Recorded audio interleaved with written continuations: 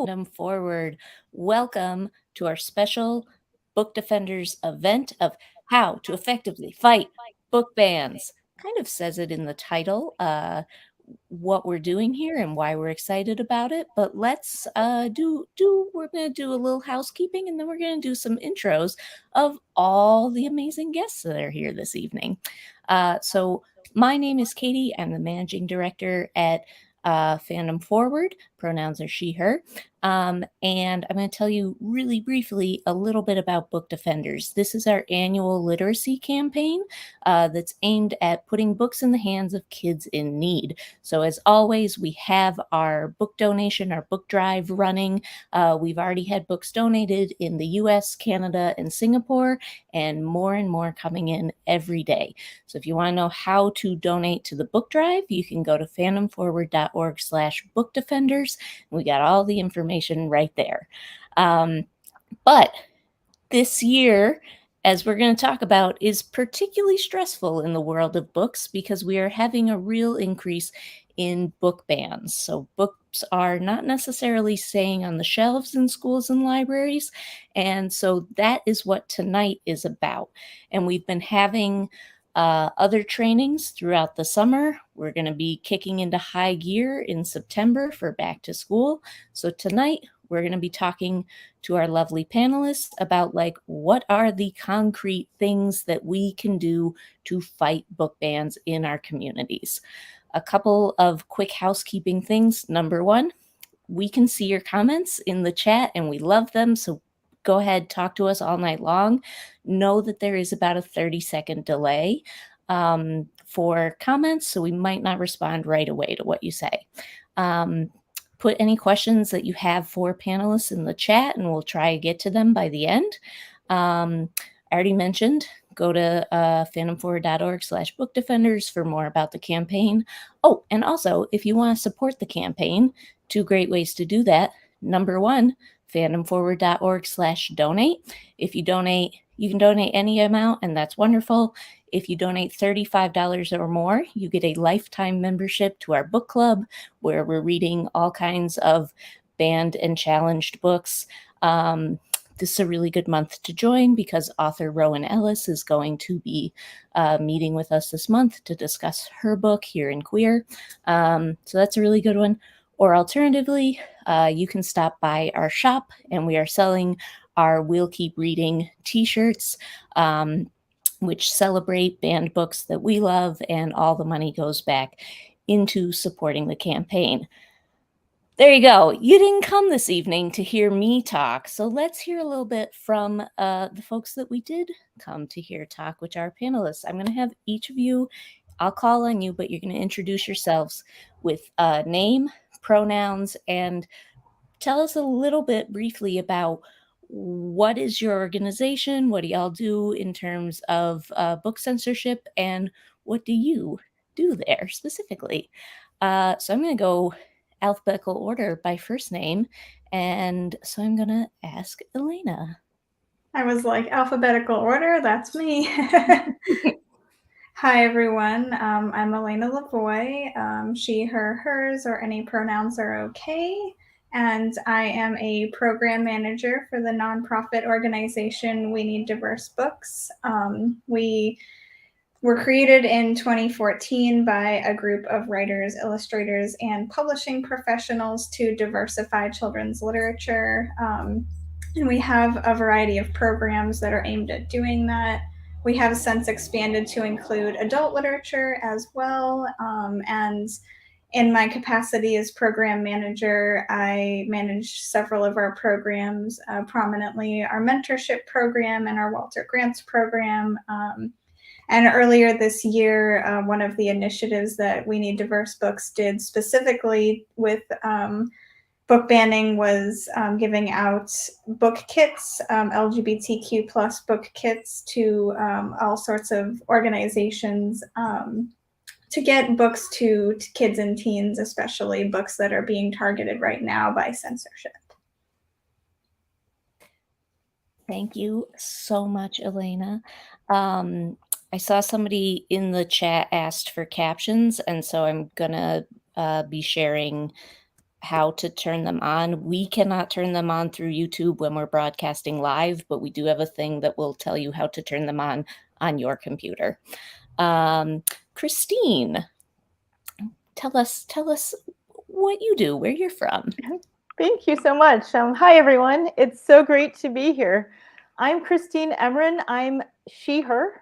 I am the director of the Youth Free Expression Program at the National Coalition Against Censorship, NCAC. This organization was formed nearly 50 years ago. It's a nonpartisan alliance of more than 50 national nonprofits that also includes literary, artistic, religious, labor, professional groups. And in general, the organization, it advocates for the rights of K-12 students as well as staff and the rights of artists. And in particular, I lead the NCAC's Kids Right to Read program, which offers support, education, as well as direct advocacy to people that face book bans and challenges in schools and libraries. And also we help to engage local activism and to promote the freedom to read and learn. I love that. Very much needed right now. And our final panelist, Jonathan. Great to be here. Hi, everybody. Hello, Internet. I love that. So my name is Jonathan Friedman. I direct the free expression and education programs at PEN America. PEN is a 100-year-old freedom to write association. We stand for the civil liberties that make creative expression possible. And we have a line of work that I'm sure many in the audience will know, giving awards for books, supporting authors, particularly from those from historically less heard backgrounds, supporting their work, helping them be heard and be seen. And we are leading in this fight against book bans around the country. We also, in addition to doing work on book bans, have a line of work around educational censorship generally, which of course is also rampant right now. Today we released a new report looking at that. The other lines of our work include campus free speech, going to college campuses and meeting with students and doing trainings for faculty and advice for administrators. And we also have a line of work around youth engagement, helping young people understand free expression and knowing their rights, both in schools and as citizens in our democracy generally. So it's been a fun year for us because all of our issues that interconnect have been so supremely challenged by the developments around the country. And so we have been trying to think a lot about the precise question. I'm happy to be here to contribute to it. How do we fight back? I love it. I love it. And I'm very excited to see all the folks that are tuning in this evening. We saw folks from New York, way to go, fantastic. California, a lot of Texas folks, New Jersey. So I'm Seattle, fantastic. Like I said, if y'all have questions, comments, put them in the chat. We love getting to know you. But our first question this evening, I really want to get some context around like the issue of book bans in general in the US, because I think everybody has a sense of like, ooh, it seems bad. Why is this happening? What's going on? So my first question is for Christine. So I know at NCAC, you have the Youth Censorship Database. So I'm wondering if you could sort of like walk us through what the tool tells us about the state of censorship so far in 2022. Just, what are some of the current numbers surrounding book challenges and how does it compare to prior years? Thank you so much. NCAC's Youth Censorship Database, in general, what it does is it tracks K-12 student censorship incidents, which includes book challenges in schools and libraries, as well as censorship of student art, journalism, and also other types of student expression in schools. And if you are on the site, it features as a map, and you can filter the year, the location, and also the type of challenge, among other search variables. But keep in mind that this database, it's not comprehensive. It's drawn from NCAC's media and also individual reports. And as you know, most censorship incidents go unreported. So in the database so far in 2022, we've had more incidents reported than we did for the whole of 2021. And among these incidents, the majority have been for LGBTQ related content or sex content in books.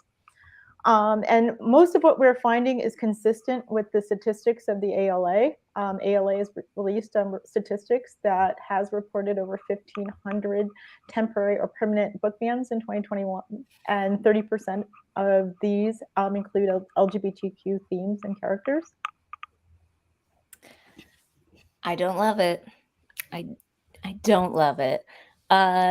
Jonathan, PEN America works at the intersection of literature and human rights, which at Fandom Forward are literally our two favorite things. I am wondering if you can explain to all of us what these book bans have to do with and are doing to students' First Amendment rights. So I'll put it as it was put by William J. Brennan. Our Constitution does not permit the official suppression of ideas. A lot of people want to debate this fundamental principle around, well, but not when we're talking about schools, or not when we're talking about teachers, and not when we're talking about parents. And it is true that there is not a whole lot of Supreme Court cases that, one after another reaffirm that fundamental principle. But it should immediately make sense to you, as someone who has grown up in the United States or knows anything about the history of constitutional law, that, yeah, that kind of makes sense. And that's how the First Amendment has been interpreted across numerous cases. So, for example, in a case about whether students ought to be forced to pledge allegiance in schools, it was determined that indeed that would be a kind of suppression or forced indoctrination. It would go too far. And even in those cases, the Supreme Court has always had this feeling that, the school has to mirror the democracy. And so it's not that there aren't cases where some amount of decision making by school leaders with communities, etc., about how books are made accessible to students. There can be cases where it results in diminished access. And as a fan of literature, I don't like those cases. But what's so obvious to any of us who are paying attention to this is that kind of reasoned consideration, that is not what is happening. What's happening is, a lot of the times around the country, a complaint about a book exists online. That book goes on a list. That list goes to a district. A whole bunch of people get really mad about it. They organize, they show up at school board meetings, they put pressure, and then the school bans the book. Now, that's what was happening all last year. Here's the new twist: the involvement of politicians. So government officials, arguably, of course, school board members are themselves elected officials, but we're talking about politicians in political office who are now also trying to add their exertion of power on these decisions and kind of just opening the floodgates. So around the country, and as we saw in Keller ISD in Texas yesterday, where a list of 41 books was ordered to be removed by the end of the day for school districts. And I wish that was like new or interesting or like different, but that is the extremism that is driving this, that kind of extreme urgency and moral panic surrounding, what ideas might be read by somebody in school. And that is playing a significant role in this. And so it's that's not unusual. And so when you think about like this question of suppression, and we're talking about like, why is it I look at what's happening around the world as a human rights advocate and supporter and say, this makes me uneasy and it kind of reminds me of things in authoritarian countries, it is precisely because of this spirit which is spreading around the country, which is kind of like school boards can do whatever they want. And if they don't like books, they'll just remove them. And we're talking, in some cases, what was started a year ago as a few books in a few places is now lists of hundreds of books and a whole movement that has gained great momentum. And so the question about like, is this constitutional? Well, it's like, this isn't even following a process enough in a way to debate its constitutionality. It's so blatantly and obviously directed at purging books about certain identities from schools and purging them all together. It's not in a lot of cases about, little aspects of, well, maybe it should be in 7th grade rather than 6th. This is like, okay, that book has LGBTQ people in it, let's remove it. Or my kid came home reading The Hate You Give, let's cut it. And every other book that has any kind of connection to racism. And so that is what we're facing. It is that extreme in an increasing number of places. Yeah, and it looks like a number of our attendees tonight are facing this in their home districts as well. Listen, folks, this is my last kind of bummer question before we get into what we can actually do about this.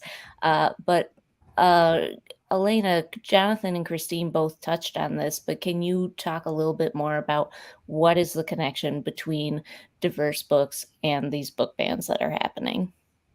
Absolutely. And we love to turn to PEN America's report on this. We need diverse books because the statistics prove that this is true, that this, unfortunate gut feeling that we all have, that diverse books by marginalized authors about marginalized characters and about certain topics are being banned more.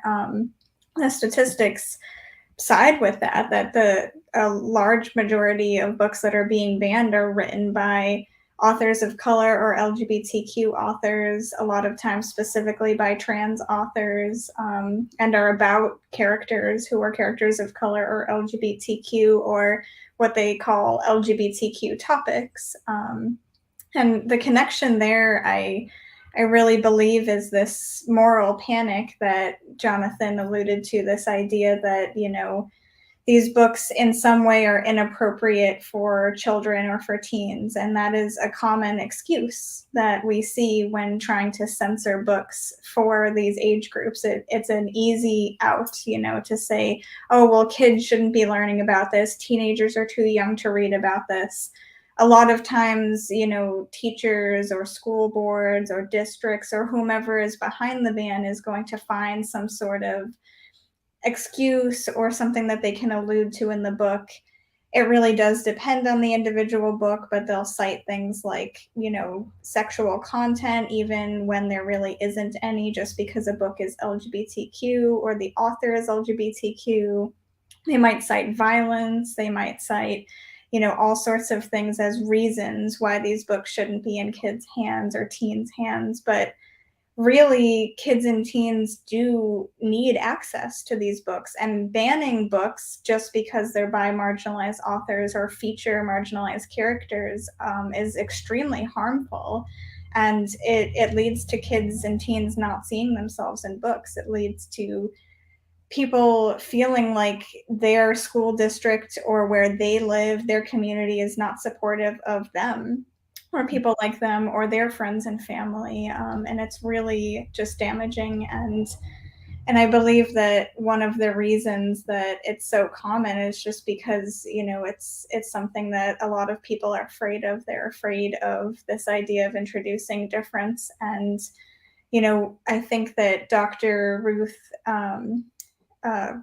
Sims Bishop really said it best when she was speaking about the windows, mirrors, and sliding glass doors. And I believe that a lot of times people are fearing that it would be a window. She cited that windows into other people's lives and the lives of those who are different from us is extremely valuable to all kids and teens and to all people and all readers. And I think it's exactly that a lot of folks are actually afraid of. They're afraid that people will see others who are like them and be more empathetic and compassionate. And it leads to a lot of these bans. And it's extremely discouraging doing this type of work to see that people believe that and to fear that. But I think that we're all here to fight against it and do what we can in our communities. Absolutely. And I think it is my belief, and I think it's also based in reality, that there are more of us that want to have loving communities that have lots of beautiful books for everybody than there are for this minority of folks that are stirring up trouble. And so I want to talk about what can we actually do about it. So this is a question for all of the panelists. If you want to just like throw up a hand or a finger to let me know, and I can call on folks. But my question first, as you can see, we have some folks in the audience tonight that have a direct connection to a school. Some folks are students, teachers, librarians. There's probably some parents in the audience. So in your opinion, what are like one or two of the most impactful actions that somebody who has a direct connection with a school can take to combat book bans? Christine. Okay, I'll start off with two that I have off the top of my head. The first one is to write a letter to your school administrator, board member, or local officials. And I think that's really important for them to see, you advocating for these particular books and having community involvement in these issues. Second is to attend and sign up to speak at a school board meeting. There is also an opportunity as a citizen to air your opinions and to advocate for these particular books. And the third one, I know we're only two, but the third one is to contact the media and publish articles about what is going on in your community and getting the message out there. I love that. I want to share for folks, because I know we have a lot of folks who have a lot of anxiety around public speaking. If you've never been to one of these school board meetings before, in general, they are very organized and some of them can get quite heated, but for the most part, they're usually one person speaking at a time. You have like 30 to 60 seconds on the microphone. You say your piece and you walk away. I'm not saying wild ones don't happen, but for the most part, most of them are like pretty dry, and you get to say your piece and then walk away. And, then you feel good that you spoke up and you did something important. Elena or Jonathan, do you have anything you would add? Yeah, Elena. I just want to second everything Christine said. Those are all phenomenal tips for folks who are a little more willing to get public speaking friendly. You can consider joining your local school board if it's possible in your area to do so. We have a fantastic article written by one of our writers who covered how to run for your local school board and get involved. So if you're somebody who is a little more excited about doing that, that's a great way as well. But if you are also a little bit more quiet, or maybe just like don't want to do that, you can also request diverse books at your local public library. So a lot of people will often jump to this idea of donating books. They want to give books to people so badly, and that is wonderful. I think the idea that it's coming from is people with a beautiful heart. But the best thing you can do is actually start requesting those books and show that there is a demand for them, because that is, the best way to support libraries from librarians that have contributed to the WNDB blog and have said that is very helpful. And supporting your librarians, supporting your local libraries, supporting school librarians, if there is something that is happening in your community, just making sure that you find a way to show those folks your support, that especially if there are particular titles that are really being targeted, just keep telling people about those books. Love that. I think for me, what we are seeing is what happens when nobody is trying to hold these, elected officials accountable whatsoever. And so, unfortunately, that might mean somebody has to go into the lion's den of some of these board meetings and go with your friends, find 5 friends, five other kids. I want to stress that in a lot of places and cases, the people who are the loudest might not even have children who attend the school. There are serious questions about how books are even being removed in many places, especially where they're being removed en masse, about basic policies being followed. Just basic. The point is, I think, a very important one about the need to advocate for diverse books and the opportunity for young people to see themselves and be exposed, to the windows and the sliding doors and all that. I endorse all of that 100%. But I will also say that in a lot of places, we're talking about fundamental aspects of how democracy should work. That you, as a citizen, have a voice in your public school. That is a point that many people are trying to make ardently, that their voices ought to carry the day. Other voices need to be there to counter it. Those voices don't always have to be there in person. Christine mentioned writing a letter or requesting books or finding other actions that can be taken.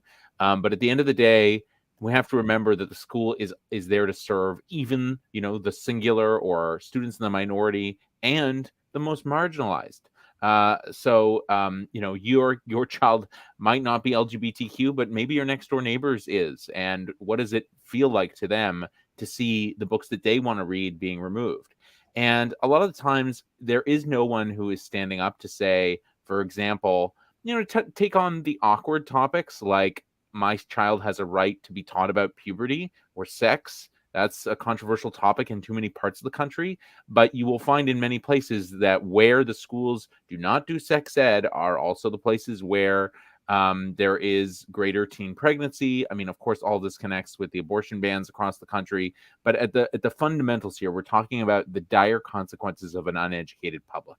And that's what we're facing. We're facing a generation of people growing up who, just as new stories and new questions about the past are emerging, and just as literally for the first time people say, oh, there might be books about LGBTQ characters now in schools. Anybody over, I want to say 30, but probably even 20, these books weren't there when we went to school. You couldn't find these books. And now a few books are there. And in a lot of places, it is a few books. And it's that's what we're talking about. And so we have to find some way to right this ship. And it's about arming yourself with the policies of your district and being able to speak to and question were the policies followed.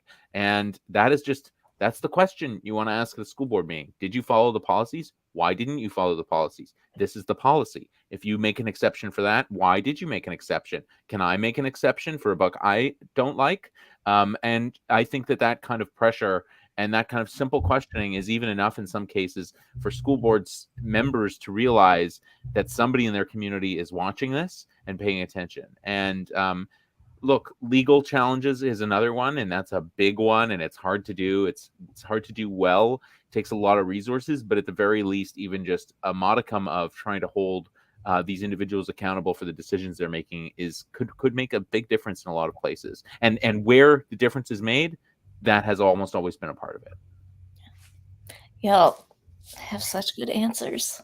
And I want to highlight for folks, if you are somebody who is not sure about going and talking to the decision makers, we mentioned lots of good ways to talk to them without actually being in the room with them.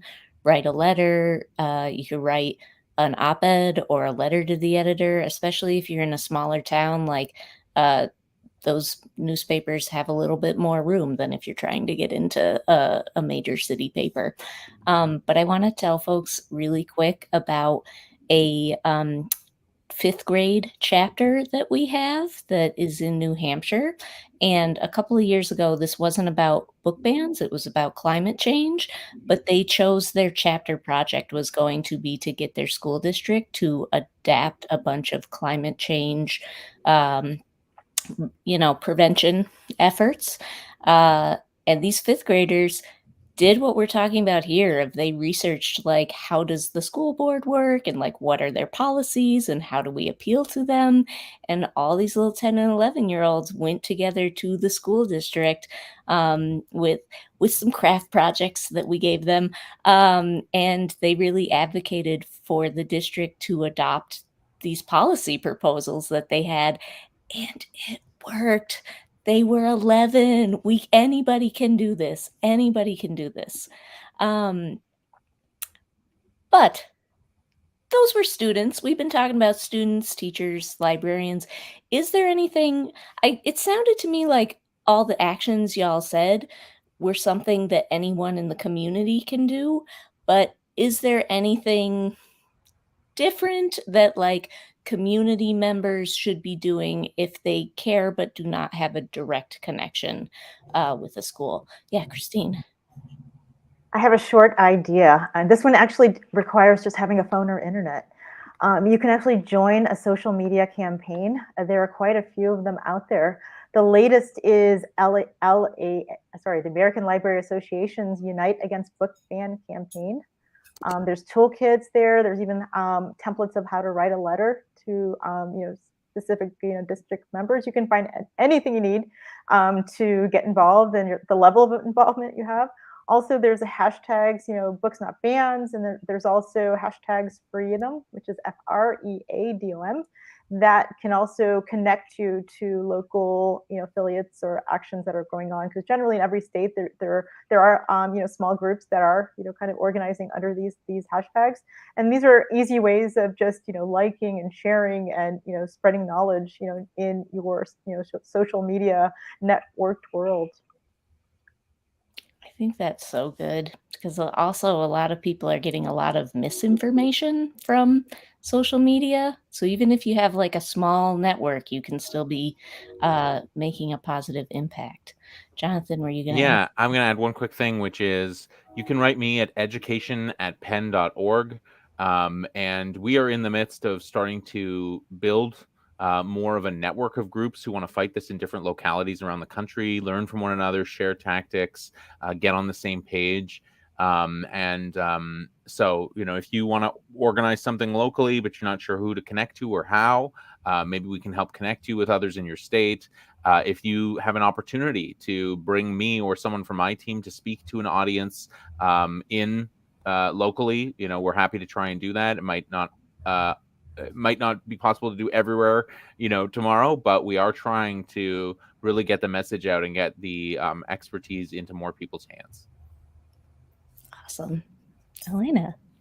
I just wanted to add that We Need Diverse Books is also collecting some information on soft censorship in communities. So soft censorship is sort of like when a book isn't necessarily announced. People don't know that it's being taken off the shelves en masse or that teachers aren't allowed to teach about it, but there are different like covert ways they're being told not to teach it, or quietly it's being removed from schools and libraries.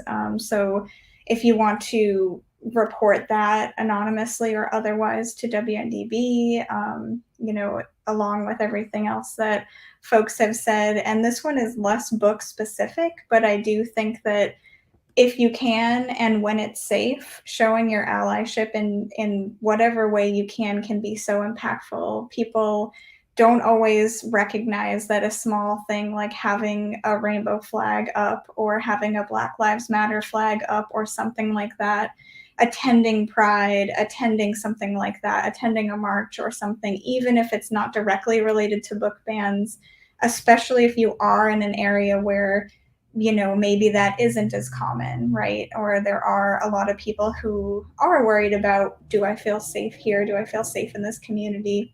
Outwardly showing that if you're able to, especially if you are an ally and not part of the community where you're worried about like actual vandalism or violence, it can be so impactful. I know that I definitely feel happy when I see, neighbors with rainbow flags, and you may think it doesn't have a big impact, but especially for kids and teens, it really can.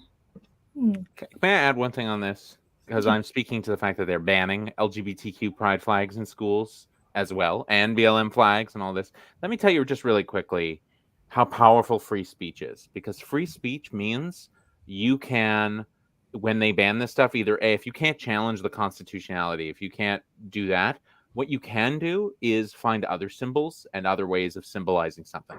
And so this is, unfortunately, the example comes from a dark example that I have in mind, but it comes from neo-Nazis, the neo, of the past 50 years in Germany, who have, every time a symbol has been banned that they use, they just shift to a new one. And so one of the challenges in Germany when they've tried to outlaw the swastika and other things is the groups just use something else. And so if they ban a pride flag, just make a different flag. may find a different means for it, because they can't actually stop you from being yourself. They can't actually stop people from expressing things.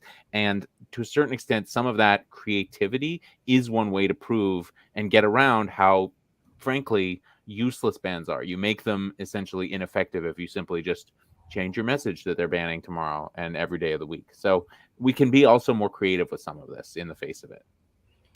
For anybody who's watched Our Flag Means Death, which was our last campaign that we did, everybody knows the new pride flag is the Blackbeard pirate flag with the little hearts on it.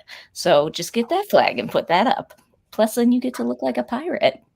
Y'all have such good answers, and I was taking notes while you were speaking. And so for all of our attendees and folks, we are going to send you a summary of all these awesome actions that you can do and like links to where you can check them out.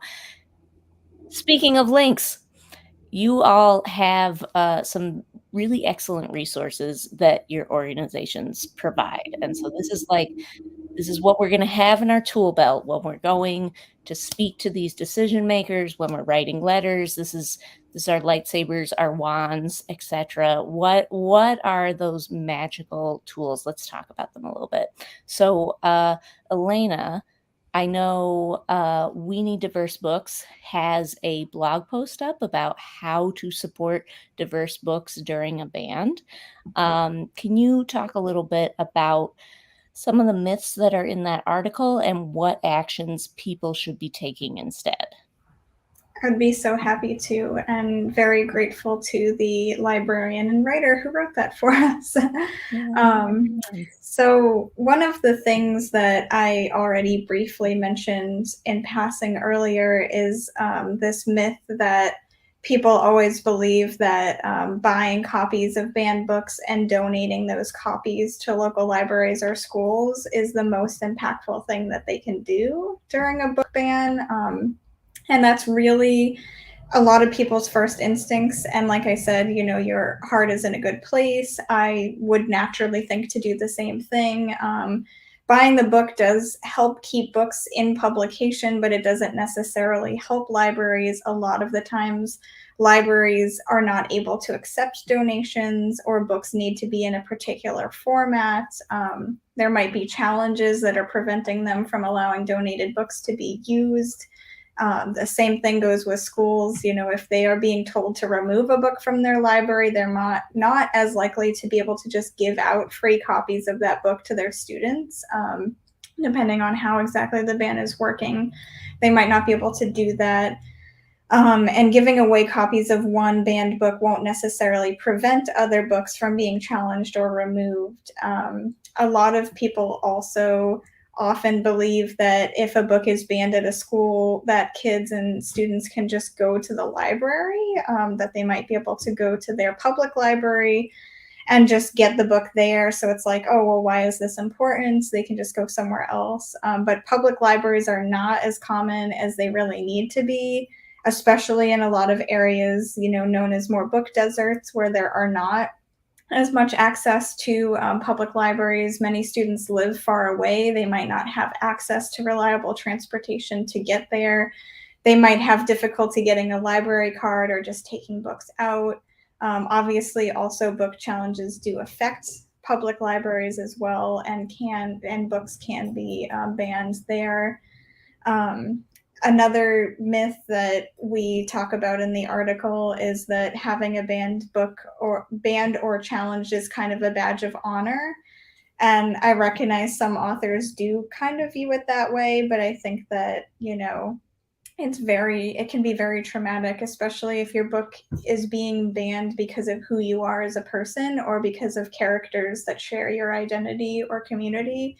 That is very upsetting. And even though, authors might be kind of glib about it, and they're like, oh, my book was banned in 34 states, like that's how you know it's good, but it is very difficult. So that is just something to keep in mind.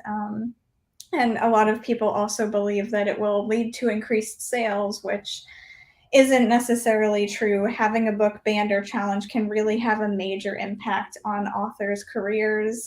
They could lose school and library visits, which are a primary source of income for children's book authors, as shown by early COVID-19 pandemic when authors were struggling due to that.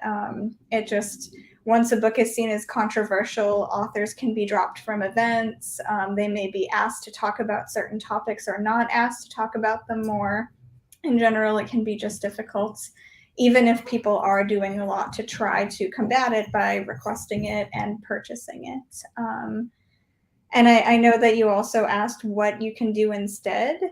Really, everyone on the panel already kind of covered that. It's getting involved in your school board and talking to the media and supporting libraries. So I'm not going to reiterate all that because Christine and Jonathan have already touched on a lot of those tips in detail. That just means it works. That the first myth that you talked about like everyone going out and buying the book when a book gets banned was actually what inspired this campaign, because it was when Mouse got banned, and then like if in that case sales for Mouse went way up and everybody was buying that, and we were sitting there on Twitter being like, buying Mouse doesn't actually help that school district. Like, don't not buy it, but also, do y'all know what to do? Hey, we should find that out. We should be able to answer that question for people. So here we are answering that question. Thanks for folks who are putting questions in the chat. I promise to ask them. I just want to echo that so Yeah. much here real quick. Just like it's surrendering, coming back to my points about the constitutionality and the democracy here, it's like surrendering the real fight. And what is missed in doing this is you have some situations where some districts like get flooded with free books that actually we don't have enough students there to read.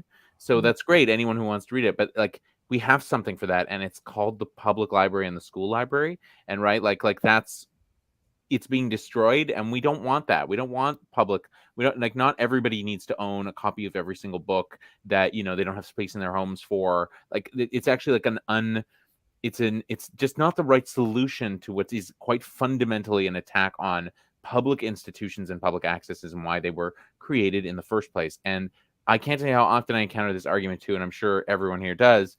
Oh, well, we're not banning the book. Just everyone can buy this book anywhere. And of course, that ignores all the reasons why, as mentioned, people can't buy these books. But it also ignores that in a lot of places, they're just shifting tactics now. So they started with school libraries, and now they're just also banning in public libraries, or even in Virginia, an effort to ban the sale of books from Barnes and Noble, a case which is still undecided as of yet. So what you have to realize is that censorship of this nature just kind of encourages more of it. It's like, oh, we got away with that? Okay, well, let's also get rid of this. And that is how we moved from bills attacking, the 1619 Project, which became bills attacking critical race theory. And now there are like bills also attacking all LGBTQ people and bills attacking sex ed, and they are multiplying. And like, who knows what people are thinking up for the next year? I'm just waiting to see like all the new crop of ideas that start flowing out in November, December for January legislative sessions. Let's just ban whatever it is we don't like about schools whatsoever, whatever topic somebody ever didn't like.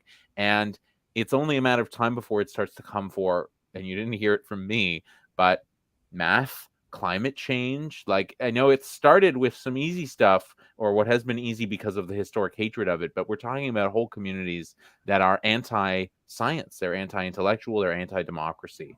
And so that's why we need to respond forcefully now. Jonathan, this is actually related to a question I wanted to ask, which is that I know PEN America just put out a brand new report about educational gag orders.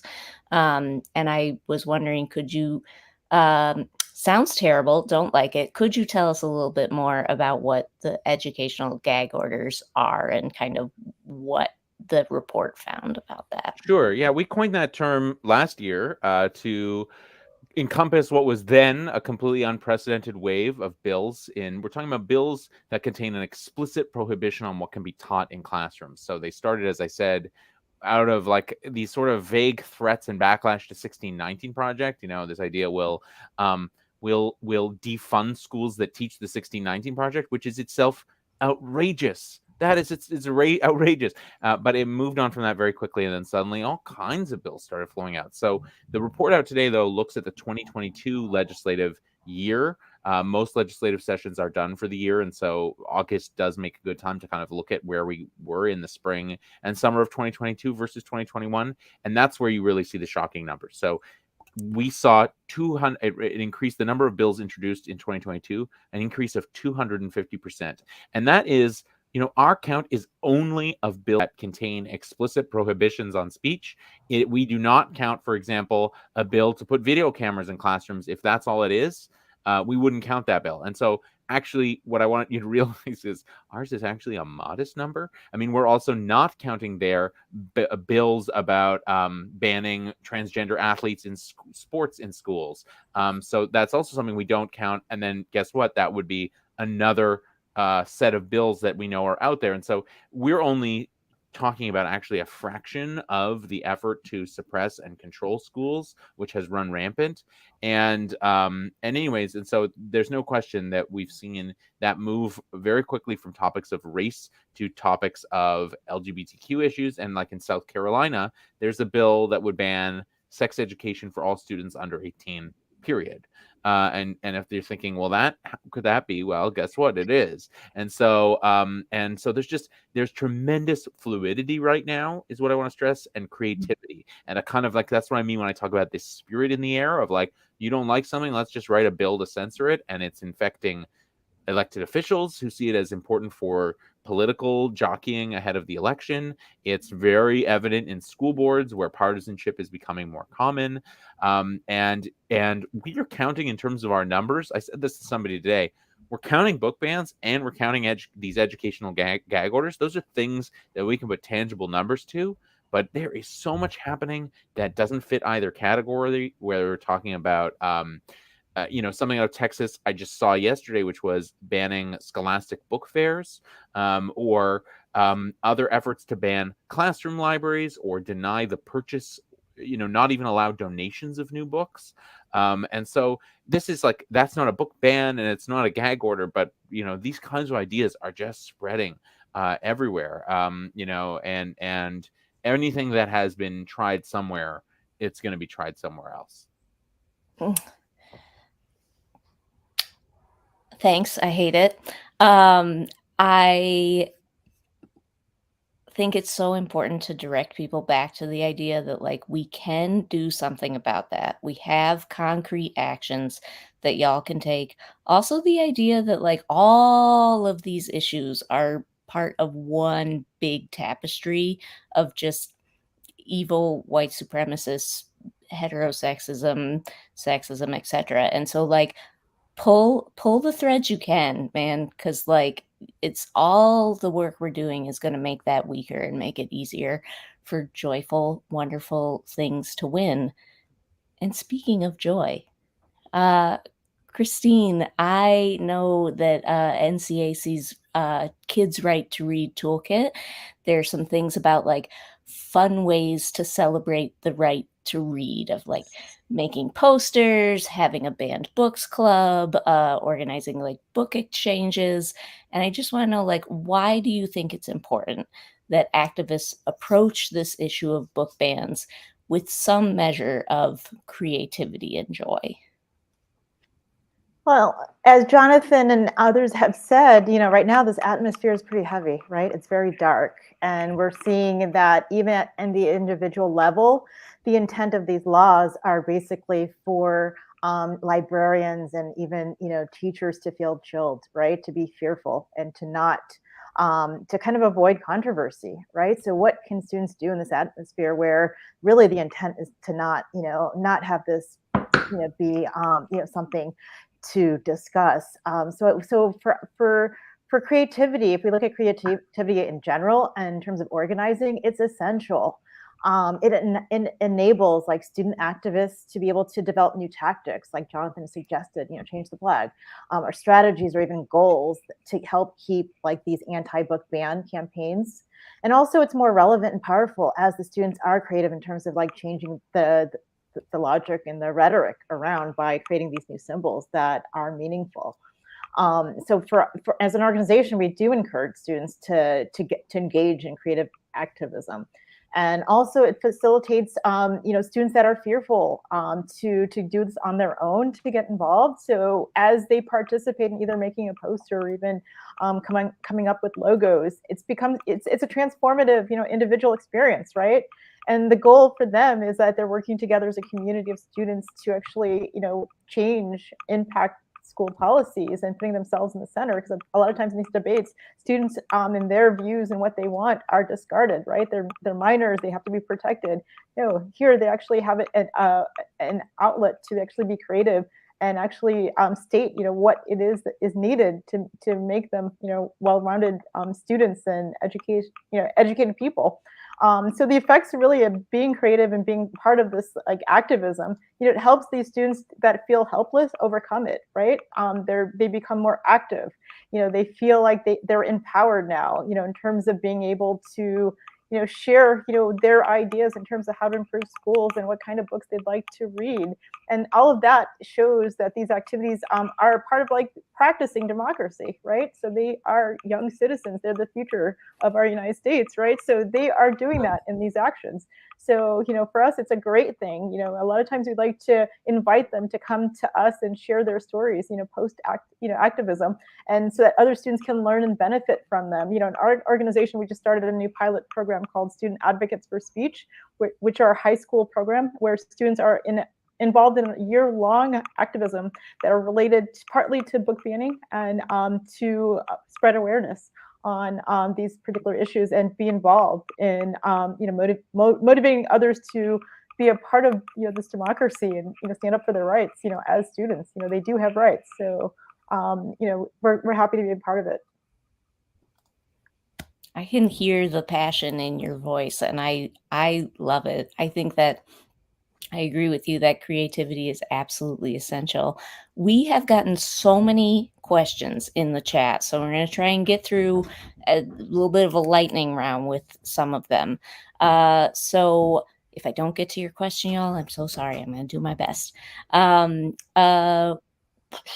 Real quick. So, I guess a very good basic question is, what are the good ways to find out whether books are being banned in our communities?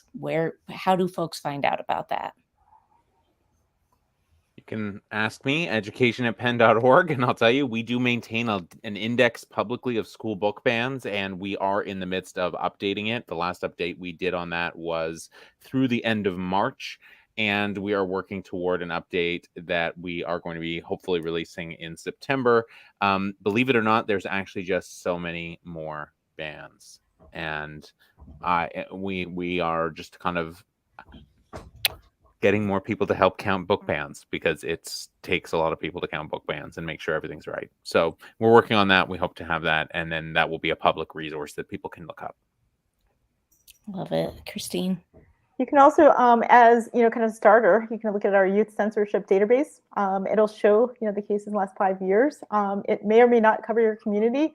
Also, if you are attached to a school district, you can ask via FOIA a request, for information on kind of the challenges that have happened in your school district and get involved. So, and a lot of times these the school board meetings are public, and the documents that follow are attached on a website somewhere, so you can find out the information. Also, local press tends to be really good too to report, when these challenges are taking place. So that's also like a third outlet for finding out more.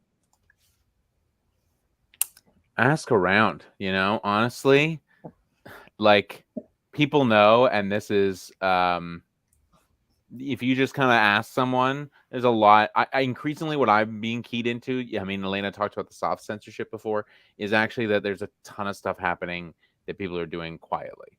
Tons. Talk to your local librarians.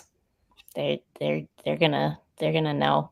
Talk in a way that's friendly and says hey, I want to support you in this, so they don't think you're trying to stir things up. And we will help you get press. If you know of something, a book's been banned, you want to put it in our database, just tell us. I love it. I love it. Don't be afraid to email these people also. Like we emailed, I think all of you totally cold and you were super helpful and are here now. So like do not be afraid to reach out to folks. One person had a really good question that she is in a school district that has mostly avoided controversy. Well, like all the other districts around them haven't. And so yeah, like have controversy, and so they're getting the advice of like sort of don't rock the boat. But she's worried if she is not being proactive and outspoken in her support of marginalized students, then she's just part of the problem. Can all of you, any of you, speak to that? Elena. I mean, I would just say that I do believe that it's important to, whenever you can, and whenever you're able to show your support. So I wouldn't necessarily discourage folks from rocking the boat. I'm not saying that they should go out there and like ask for books to be banned, but I would suggest that, just include the books that you want to be included in classrooms if possible, include them in your libraries, still do a Pride Month display, still do a display of books by trans authors, still do a display of books by Black authors, still do a display of books by Jewish or Muslim authors, even if you are concerned that something is going to happen, because the positives for your students, for your community, for those kids is going to outweigh the potential negatives. Beautiful. I think that kind of gets to a question someone else had too about how do we encourage literacy in this time when all these books are being banned. And I sort of speaks to like still celebrating it. And yeah, Jonathan, don't do the work of the censors for them.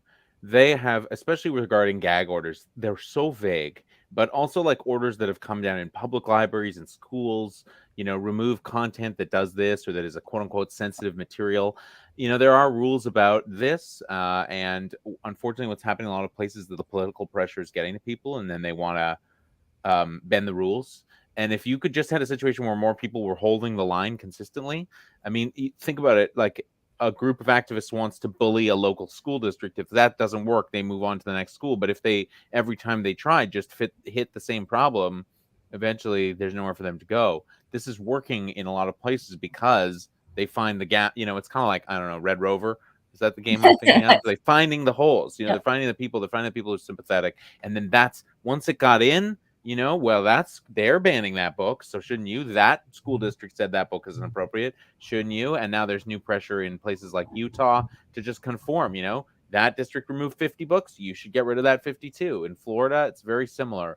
And so, there's something to be said about holding line, but also just simply, you don't have to, if the thing is vague, you don't have to interpret it as in its utmost. You should interpret it as vague and not applying to the thing, as opposed to kind of doing the work. And there is no way through this moment but through it. And I'm telling everybody this right now. Everyone just needs to just kind of take a deep breath and face this head on, because not rocking the boat, etc. The boat is rocking, and the boat is rocking towards you. And it's like, great, your school is facing no controversy, but if society's crumbling all around it, who's going to come to school anymore, right? And how are you going to have funds? And so at a certain point, if you look at like some of the data from the Houston Chronicle looking at 1,000 school districts, it's very clear this is just about everywhere. And so, yeah, you might not be in the news this week, but they're going to come for you next. So you might as well, put out that display, stand for your values. don't do the censors work for them. I love that. And like I don't know, we have to be intolerant of intolerance, right? Like just don't let it in the door, don't let it in your heart. When Ashley Hope Perez's book Out of Darkness was originally challenged in Texas, they targeted about 4 districts at once, and one of them, the superintendent or the principal, just said no. That was it. She was just like, no, we're not. Well, we haven't had a challenge to that book here, and if we do, we'll follow that process. And that was it. Then they've never fit anything else. So, but I love it. Love it. Christine, did you have anything you wanted to add on this topic? I agree. And also when staff feel like they're in doubt, before acting, it's always good for you to first of all know what your policy says, and also to follow it. And if you don't know, exactly the interpretation of it, you have teachers union, library unions to be able to consult with, right? So you have a group of supporters there to help interpret particular policies so that you don't fall into these traps. And also you have community advocates. You can ask for other communities to stand in your place and to do the work that, if you're, fearful for your job or something, there are people that are there to help you. So you just need to, find a parent, a community member that can stand up for, that particular book or that display or that event. So, we are, always encouraging people to, kind of look beyond, kind of their, situation and trying to find support. There is, support out there. I am so glad we got to talk with you all tonight. I feel much more hopeful about all of this. For just before we end the evening, for folks in the audience, we are going to send you a wrap-up email that have all these tips and links to resources and stuff like that. So be on the lookout for that. For questions in the chat we didn't get to, I'm going to send them later to our panelists, and maybe we can put them in a Medium article or something like that. So I want y'all to take the hope you feel right now, and we want to keep that fire burning. Just real quick reminders. Our next event is on International Literacy Day, September 8th, which is celebrating trans and non-binary authors. And we have I think 6 authors coming to that. And that's just going to be a really wonderful night. I encourage everybody, if you're here, you'll like being there. Reminder, if you go to fandomforward.org/book defenders, you can find out more about the campaign. You can also see our house cup that is running right now. I just checked it earlier today. I think the lab is in the lead, which is all the nonfiction writers, readers, which frankly I find offensive because I really thought all the fantasy and sci-fi people were going to come to the front of this heroic campaign. So go there. Turn in your points. You get points for having attended this training. So everybody here got 10 points for coming tonight. So go to the House Cup and pick your favorite book genre and get points for it, and reclaim the lead for the fantasy readers or whoever you like. Reminder, fandomforward.org if you want to donate. $35, you get to be in the book club and come to our author visits and discussions and stuff like that. For all of our panelists, just last question, where should folks go if they love what you said and they want to get involved with your work? I'm going to do alphabetical order again. So Elena. So I'm obviously going to hype up We Need Diverse Books for this. So our handle is diversebooks.org, and on most platforms we're at Diverse Books. I think on a couple of them we might have at We Need Diverse Books, but typically that's us if you see the logo. So yeah, that's it. And I cannot recommend enough all of the resources that various writers have compiled for us and that we've been able to pull from amazing organizations like those of the fellow panelists here. Thank you so much, Christine. I'm muted. Thank you so much. To learn more about our organization, go to ncac.org. And on that site, you can find a link to report a censorship incident, as well as access resources to help defend books. And we also have a Student Advocates for Speech program that's opening up for applications in January. So feel free to do that. And also we have a toolkit on how to be an activist. So hopefully that can help you organize in your community. Now I'm on mute. Thank you, Jonathan. So pen.org, and if you want to reach out to us, you can write us at education@pen.org. And our next few big things that are coming out for us, we have a new fall program for students online. It's a free program. It's virtual. Any student, high school or college student in the country can join in. It's 8 sessions, and we talk all about the basics of free expression. And we put a link in the chat to this, our Free Expression Advocacy Institute for Young People that starts at the end of September. And that's a great way to learn about book bans. In addition, it behooves me to also mention an event we were doing on Friday, a kind of rally for Salman Rushdie that we're organizing with writers in New York. And there's an opportunity if you want to organize a reading of his works in a small community or somewhere else in the country, you can sync up with us, and you can find that information on pen.org as well. We'll be also retweeting that information on like our social media. So look there first, but if you forget, we'll remind you. Thank you all so much for being here. It was wonderful. I learned so much, and I think we got this. We're all going through it, and we're all going to make a difference. Thank you so much for being here. Thank you all. Thank you, everyone. Good night, book defenders. Thank you.